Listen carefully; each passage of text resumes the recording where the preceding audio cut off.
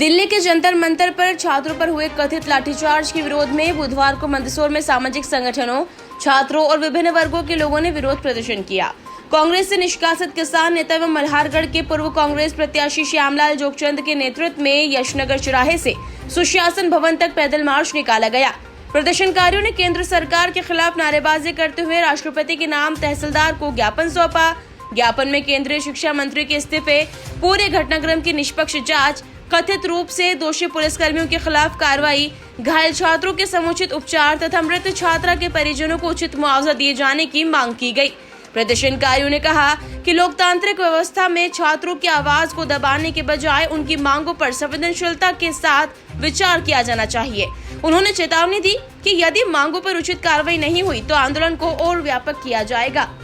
जो नेट परीक्षा हुई, जो 22 लाख बच्चों ने जो नेट परीक्षा दी और जो पेपर लीक हुआ, उसमें जिस प्रकार से 22 बच्चों ने जो आत्महत्या करी है और अभी फिलहाल पुलिस के डंडों से जो एक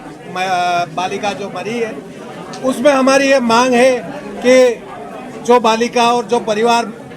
जो इसमें मरे हैं उनके लिए सरकार 1-1 करोड़ रुपए मुआवजा दे। नीट परीक्षा में जो दोषी हैं उनके खिलाफ बड़ी कार्रवाई करे तथा उनको फांसी की सजा मिले और आने वाले समय में नीट जो परीक्षा होती है उसके लिए सरकार संविधान में कहीं न कहीं लोकसभा में चर्चा कर इसको एक कड़ा कानून बनाए, ताकि देश में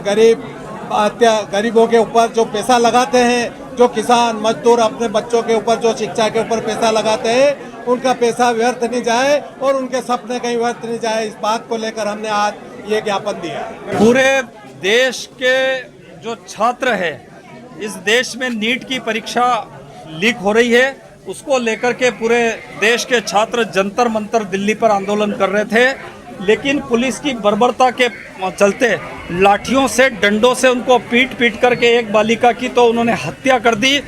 और कई छात्रों को घायल कर दिया। धर्मेंद्र प्रधान का इस्तीफा मांगने के लिए सारे लोग वहाँ एकत्रित थे। सोनम वांगचुक जी जो इस देश के महान वैज्ञानिक है, वो 25 दिन से आज भूख हड़ताल पे है, लेकिन सरकार कोई सुन नहीं रही है। ऐसी स्थिति में सबसे बड़े देश के लोकतंत्र के विपक्ष के नेता राहुल गांधी जी छात्रों के सम्मान में और छात्रों की मदद करने के लिए उनके समर्थन में जब गए